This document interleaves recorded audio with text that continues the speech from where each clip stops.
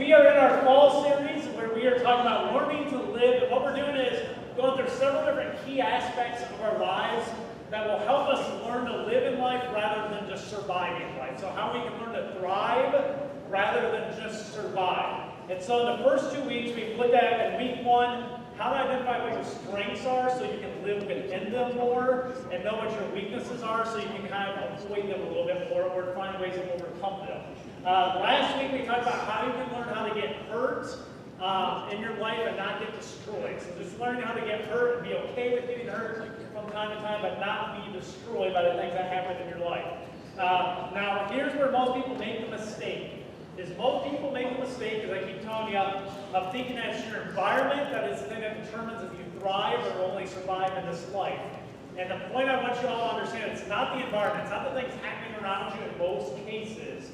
Most of the time, the thing that determines if you thrive or survive is the choices you make on a daily basis. It's your day in and day out choices that you make that usually define the life that you are living, especially if you're living here in America with the abundance that we have, where we don't have the lacking that a lot of places in other areas of the world have. So a lot of that has to do with the choices we make on a daily basis. Today, we're going to talk about this. How do you work out problems with other people? Problems and conflict. How do you work those things out? How do you make healthy decisions there so you have good outcomes in your relationships when it comes to resolving conflict and problems? Now, this can apply to all sorts of relationships in your life. I was going to kind of put this just towards marriage relationships, but then I decided to change it up because it applies to all sorts of relationships in our life. So whether it's your marriage relationship, if it's your parenting relationship, it could just be friendships in general. It could be work colleagues and work struggles that you have there. It could be church relationships. It could be extended family. But any type of relationship that you have in your life where there are problems, how do you resolve those problems in a way that's healthy, that leads to usually having good outcomes? Because here's why I believe this is so important. If you don't figure out how to have problems and relationships fixed in a good way or handle them in a healthy way, you will end up in a situation where you're just surviving from day to day and you feel like life is survival rather than thriving. And usually what happens is you end up in one of two camps. Camp one is this, at one extreme, is you end up someone who gets walked on by everybody. Okay? Because you don't know how to handle and resolve conflict or deal with problems in life. So what you do is you just do nothing with it and you let people walk all over you your whole life. The other end of it is you become a lonely, isolated person because people can't tolerate you. Because all you do is handle conflict, and when you handle it improperly. So people get tired of you, sick of you, and they just ignore you and just go, I just don't want to be around that person. And you end up lonely, you end up isolated.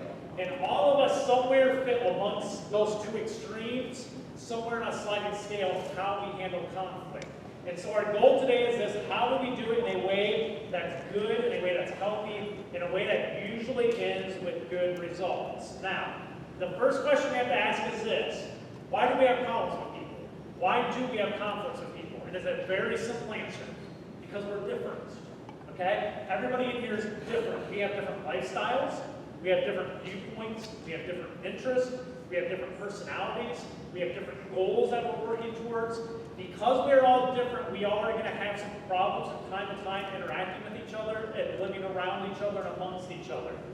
So what I've done is I've got a picture set here of about, I think there's 8 or 9, of different pictures of people that I want you to look at here in a second. And I want you to think, would you have issues with anyone out there if you had to live with that person for a month and interact with them on a regular basis, like in a work situation? Is there anyone on there that would cause you problems that you think you might have to address within that month period? So throw the pictures up, Chuck. You've got them up there. Let me just ask you real quick. Is there anyone up there right now that's making you go, yeah, we would probably have some problems during that month? Raise your hand if there is. Okay, so let me go through these real quick. You've got, because you might not know who they all are. You have Madonna, who might have some conflict with, but there's no way around it. So me and Madonna, we would not work out well. You have Michael Jordan, who I would like to say I would get along with, but if you know Michael Jordan and have read stuff on him, Michael Jordan would kill his own grandmother to win a basketball game. So I think we would probably have some problems because that dude is so determined and so focused. It'd be hard for anybody to get along with him.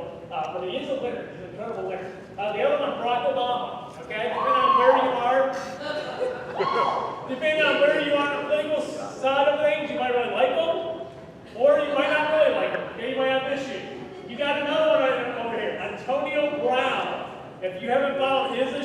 last 2 weeks you haven't been watching media. So that guy right there, I think everybody in America within like the first 3 minutes of sitting down with him would have issues and you'd have problems. You have Conway West, who's this kind of a weird guy. I don't know how you might have some problems because it's just odd. He's an artist, but he's just odd. The next one you have Mike Tyson. All right, so you got Mike Tyson up there. Mike Tyson's voice, I think, would just grate on me a little bit over time, and I'd have to be like, hey, Mike, you need to bring the tone down a little, just lower it, make it a little more bassy. You have Simon Cowell, so from America's Got Talent or whatever other things he's been on. I like Simon Cowell, but I don't think we get along with each other, okay? That would be an issue with us. You have Donald Trump, like he's even winking at you, okay? So some of you might like him, some of you might not like him. Everybody would get irritated by him. You just got to fit that. Whether you like the guy or not, you're going to get irritated by that guy pretty quickly. And then the last one you have Miley Cyrus, all right? Another woman that you just go, I don't know if I can get along with her. There would be definite problems. Now, little side note, I have Barack Obama, I have Donald Trump. I put them up there because I knew no matter what, somebody would get irritated by one or the other. That does not mean you get to talk about politics in the church. So just to give me a warning, we never talk about politics here. We never will. It's not supposed to be our discussions in church time, any of that stuff. Because I always say this, the church and the kingdom of God is a lot bigger than our government and the kingdom of the USA. So we do not put the government and politics above church and our commitment to Christ, above the politics above our commitment to Christ. So even though they're up there, it was just for fun today, and we're not talking politics. Jillian. Okay, so with that said, the point is this. We're always going to have people in our lives that we have problems with. And it's important that we learn how to work out those problems in a healthy way so we can thrive in life rather than just survive. So what we're going to do this morning, I'm going to walk you through, it's a 7-point sermon. But don't worry, I'm not going to spend a lot of time on any of them. I'm just going to give you 7 things that I came up with that I think are healthy things of how to resolve problems and issues and conflict with other people in your life. And my hope is, as we go through this, some of the things you'll look at and go, I do that well. Some of the things, hopefully, you look at and go, I need to work on that.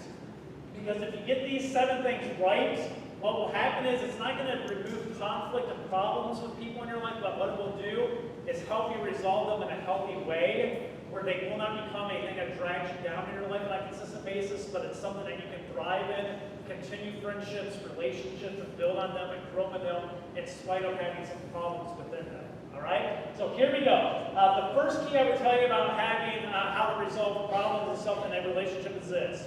Don't avoid problems hoping they go away. Okay? A lot of people make this mistake, especially if you are a more passive person or an introverted person. Your tendency is this. It's things that really bug me about relationships I have with people, I just never deal with and I just hope they go away. Or I will pray them away. If I just pray enough, they'll just go away. And in all honesty, no, they usually do not. Okay? So just avoiding conflict is not a good thing, because what happens is the avoidance of conflict and dealing with problems usually makes the person avoiding it miserable. Okay? You end up miserable. It also usually slowly destroys that relationship. That relationship will slowly fall apart, and it will leave you just surviving in this life rather than thriving. When all you do is avoid it, when you do not deal with problems that come up. Now, I do give you a little wisdom with this, though. You have to use discernment in this area. Okay? Just because you have an issue with someone, you have to discern, is it really an issue I need to deal with, or is it just kind of a once thing that happens every once in a while, it's not really a big thing. So you have to practice discernment. So let's say I have an issue with Stephanie. All right, so Stephanie is the first time you could be using the message here. So let's say I'm a friend with Stephanie and we know each other and she's doing something that's causing a problem that's really annoying me. I have to have some discernment to go, is that something that's just a one-time thing, it's just a personality difference, and it bugged me one day and it's not a big deal and it's not going to happen regularly? Or is this something that's going to repeatedly happen that's going to keep causing strife and conflict and potential problems of how I view my relationship with her? The discernment part comes this. If it's just a once thing, it's just a personality thing that's just a little odd that happened one time, most of those things you can't just let go, it's not a big deal. Okay, just chill, relax, move away from it, it's not a big deal, it's not going to happen much, it's not going to bug you much.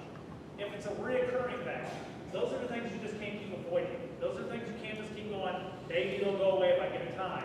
If it's reoccurring, those are the things I'm saying, you have to make sure you just don't avoid them, that you actually engage them and go, hey, we got to talk about something. Okay? So now the next part becomes, so we're going to talk about it. There's a problem, we're going to address it. I'm not going to avoid it. We're going to address it. How do you address it? Let me give you some things to think about. Number one, know who you're working with. Okay, that's the second key. You have to know who you're working with. Men and women, in general, and I would say greatly in general, which means it fits most cases, are drastically different from each other. Okay? Men and women think differently, we want different things. We see it in the scriptures, and the scripture lays out the relationship between a husband and wife. It tells you kind of what both need, and you can take that and put it on any male or female in any relationship that you have, that you know this is kind of a driving force, a need that they need fulfilled in their life. What it is this. Men want to know they're respected by other people. Women want to know you care about them. Okay, in general, that's what they want. Men want to know you respect what they do and the work they do, and that you respect the stuff they do. They don't really care if you care about them. They want to know you respect about the stuff they do. Women want you to know that you care about them, that you actually care about them, that you want to know who they are, what's going on with them, that you care about them, that you value them.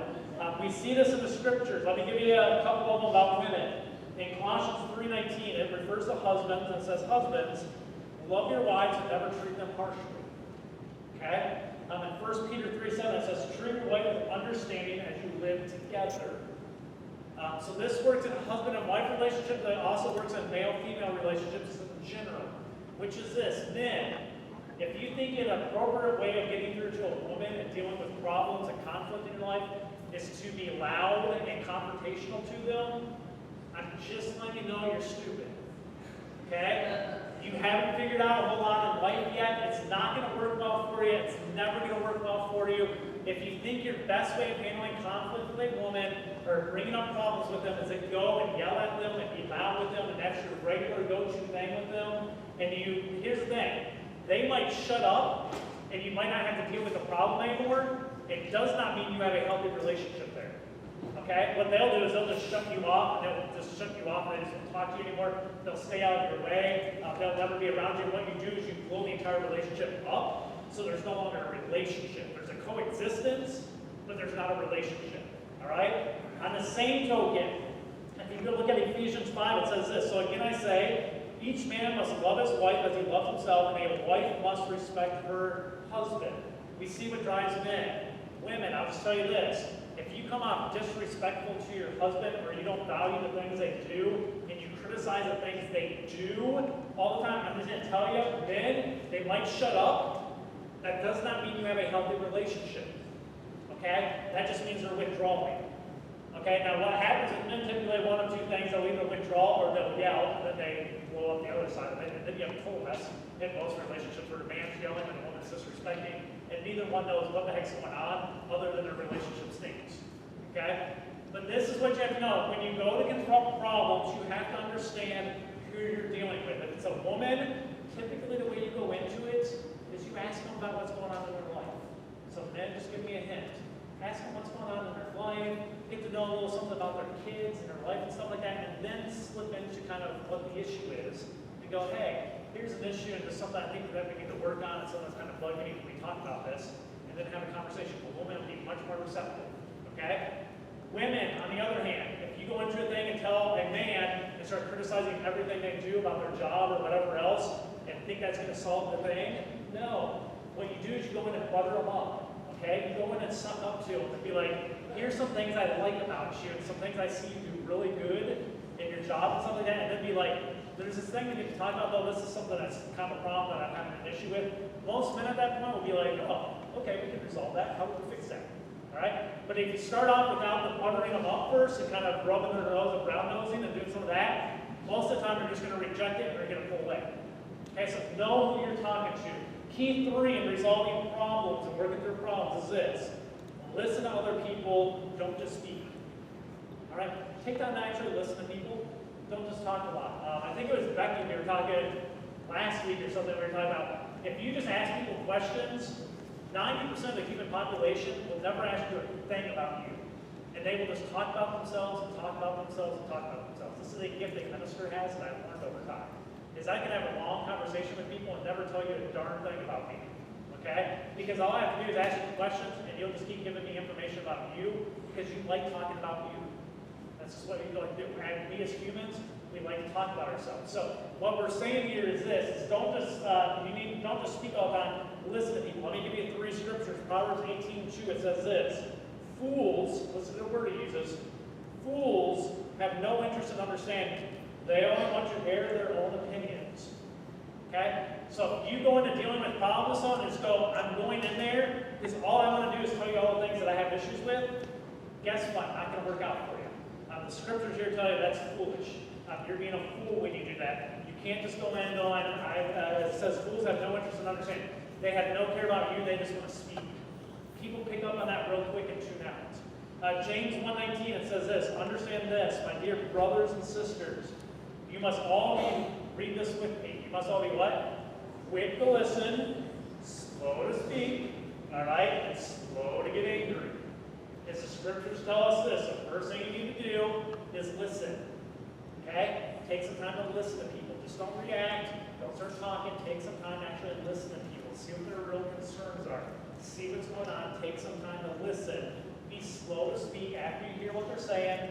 Then take some time and then you speak and slowly get angry. Don't just get frustrated too quick. All right? Psalms 141:3. I would say this: if you go in to handle conflict or handle conflict with people, this is a great prayer to say before going in. Okay, here it is. David says this. He says, take control of what I say, O Lord, and guard my lips.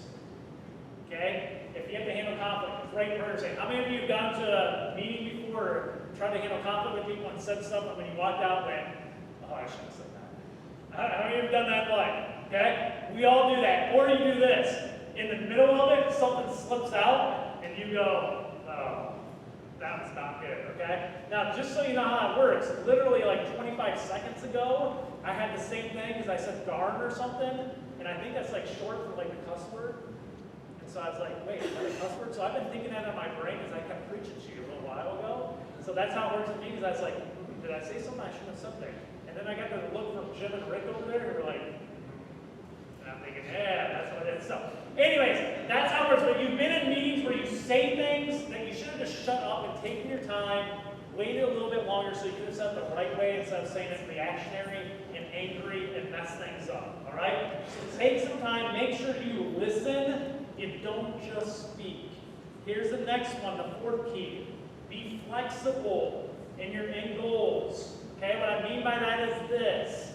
Do not go into a conversation with someone where you have to resolve some problem or address a problem going, this is what has to happen, how I want it to be worked out at the end, and if I don't get this, I'm not happy. Okay? So what I'm telling you is you have to be flexible in your end goal, meaning you have some generalities you would like to see worked out, you have some end things you would like to see happen, but know going in, I have to be flexible because this is another human being. And we're going to take some time and we're going to talk this through. And you know what? They might convince me of a different perspective on things. We might talk this through and I might have to give a little, they might have to give a little. And we're trying to come to a place where we both can be happy and leave this conversation feeling like we accomplished something. Not where you go and going, it's my way or the highway and it's going to be this way or nothing else. If you go in that way, I'm just telling you, you're not going to have a healthy resolution to that conflict and to that problem. You need to make sure you go in flexible. In Philippians, it tells us this: don't be selfish. Don't try to impress others. Be humble, thinking others is better than yourself. Don't look out only for your own interest, but take an interest in others too. Okay? That whole passage is really telling you when you're working with other people, be flexible. Why? Because you're working with other people. Okay? You're not the only one. It's not just about you. You're working with other people. Let me give you number 5. Be willing to forgive. Okay, now this one I would say the closer you are to someone, the harder this one usually is to do. Okay, and then this is what I have found. The less you know someone, the usually it's easier to forgive people. Because they can't hurt you as much, they can't wound you as much. The people you know better and better tend to be the ones that can hurt you more, and so it's harder to forgive them. Alright? So here's the example we are to follow. In Colossians 3:13 it says this: make allowances for each other's faults, and forgive anyone who offends you. Remember, the Lord forgave you, and you must forgive others. If you struggle with forgiveness of people, here's what you think about. Think about what you did to Christ and know what he did for you. Okay? So if you struggle with forgiveness and you're going, I can't forgive, what they've done to me is too much, I cannot forgive. What I would tell you is this, hey, you spit in the face of the creator of the universe multiple times with your life and said, I'm going to do it my way, I don't care about your way. And his response was this, I'll die for you. I want to save you so bad I'll die for you. I don't care what you did to me, I'll die for you. So you can be saved from it, so you can be forgiven from it. When you remember that, it puts things in perspective that other people do to you. Okay? If you struggle with forgiveness, remember the forgiveness you've been granted by Jesus Christ. If you remember that, it makes forgiveness much easier to give to other people because you realize how much you've been given already. All right? So you can only pass it on to others. The next one, the sixth key, and this is the last one that's tangible to situations. Seventh one's a little different. Let me give you the sixth one. Be patient. Change takes time. You have to be patient with people. Do not go into meetings. Do not go into the first time having a conversation with someone. Tell them what you think the issue is. Feel like you got a resolution. Walk out from it and do it over again. You're like, oh, I can't stand that person. Okay? Change takes time for everybody. And the deeper something's a habit, the deeper it's a personality thing, the longer it takes for change to take place. And you have to grant people grace with that and go, hey, it takes a while for people to change. No one changes quickly. Ephesians 4:2, it says this, always be humble and gentle. Be patient with each other, making allowances for each other's faults because of your love. So it just says this, be patient with each other. If you have conflict, if you seem to work out things and people do some things that tick you off several times, it doesn't seem like it's moving as fast as you want, just look for some progress if you have some progress and work on things over time. Just be patient with it. Okay? You don't need instant change right away. And especially this, understand, if your problem with someone else is personality issues, there is no quick fix to it. Alright? So I'll give you a quick little example of this, and I can give you details. But me and my wife, total opposite personalities. All I can tell you is if we're doing a spectrum, and there's like an A here and a Z here, I'm a Z and Autumn's an A. We are total opposite spectrum, but she was hot back when I was 20 years old. And so we decided to go out on a date and through that whole process, we ended up getting married, all right? So, but we are opposite personalities on the spectrum. We have a lot of wars in our marriage. We have a lot of issues in our marriage. I'm not the minister that wants to get up here and tell you our marriage is perfect and everything's great and wonderful and all that stuff. Now, here's the thing. Our kids don't see much of that stuff because we usually deal with it with each other. We annoy the snot out of each other a lot. And okay, let me clarify. I love my wife. She's laughing back there because this isn't anything that's a surprise, okay? I've been honest about this before. We are total opposites. At the core, we love each other because Christ is the center of our relationship. We have stayed together, we've made it work, and we love each other, and we have 2 great kids, and we have a nice family life, and things are good. Is our household nice? You enjoy living there? Okay. There you go. We have, hey, for a 15-year-old to say, yeah, that wasn't too snarky, means it's pretty good, all right? But the point I'm making is this. When you're dealing with personality issues amongst people, things don't just naturally change quickly. We've been married 23 plus years, and we still have things that we're trying to figure out how to change my personality enough so we can coexist and not kill each other all the time. And she's doing the same thing with me. It's just how it is because they're personality traits. And so you have to be patient with people. You have to understand it takes time for these things to change. So it can't just be it's got to happen now, today, and it's over. Or you will not have fruitful relationships in your life. You won't have relationships that last in your life. You will end up lonely and you will end up isolated in your life because people can't tolerate you. Okay? Those are some keys of how to handle conflict, problems, and relationships in a healthy way that usually leads to good outcomes. Now, number 7 here's a little side issue. Because here's the thing. When I say usually it leads to positive outcomes, there are some people in your life for whatever reason you will have a hard time ever finding peace with. You will ever find any type of progress with problems. Things will not change and they will continually hurt you. And here's what I would say to this. You have to distance yourself from people who continually hurt you. And I would almost say it this way, that purposely just go, I don't care, and I don't care what you have to say, right? And then they constantly are causing you grief and pain and heartache. And what I would tell you is this, you have to distance yourself from those people until you can find a place where it's not constantly painful anymore. All right? So just pull away from those relationships to some extent. I'll read you from Titus chapter 3. It's talking about the body of Christ. All right? And here's what it says in the body of Christ in the church. It says, if people are causing divisions among you, give a first and a second warning. So here it doesn't just say, just cut them out of your life. It says, deal with it. Give a first and second warning, talk it through, talk about what's going on, and this isn't healthy. After that, have nothing more to do with them. So in church leadership, what it's saying is, if you have people in your church that are constantly causing conflict amongst the people, it says you need to go talk to them. Once, twice. If it continues on and they just show there's no desire for them to stop causing controversy, causing conflict, at some point the church has to go, we got to move away from each other. We got to get some distance.